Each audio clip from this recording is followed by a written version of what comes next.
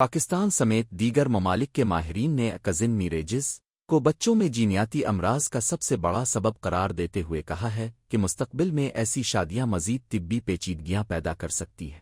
Report کے مطابق کراچی کے ڈو ہسپتال میں جینیاتی بیماریوں اور کزن میریجز پر ورکشاپ ہوئی، جس میں یورپ کے مختلف ممالک کے ماہرین نے بھی شرکت کی۔ ورکشاپ کے دوران یورپی ماہرین سمیت پاکستان میں کزن میریجز اور بچوں میں جینیاتی بیماریوں پر تحقیق کرنے والے ماہرین نے اپنی تحقیقات بھی پیش کیں۔ ورکشاپ سے خطاب کرتے ہوئے ڈو یونیورسٹی کے وائس چانسلر محمد سعید قریشی نے کہا کہ پاکستان میں کزن میریجز کی عام شرح 65% ہے، جبکہ بعض قبائل میں یہ شرح 85% تک بھی ہے۔ انہوں نے کہا کہ ایک ہی خاندان کے دو افراد میں شادیاں اگلی نسل میں مختلف جینیاتی بیماریاں بڑھانے کا سب سے بڑا ذریعہ ہے۔ ورکشاپ میں کزن میریجز اور بچوں میں جینیاتی بیماریوں پر تحقیق کرنے والی آغا خان یونیورسٹی کی ڈاکٹر امبرین فاطمہ نے کہا کہ کزن میریجز کی وجہ سے پاکستان میں اگلی نسل میں تھیلیسیمیا ہونے کے امکانات 6% بڑھ جاتے ہیں، جبکہ ملک میں چھوٹے سر والے بچوں کی شرح پیدائش کافی زیادہ ہے۔ انہوں نے کہا کہ متعدد جینیاتی بیماریاں نوزائیدہ بچوں کی اموات کی سب سے بڑی وجہ ہیں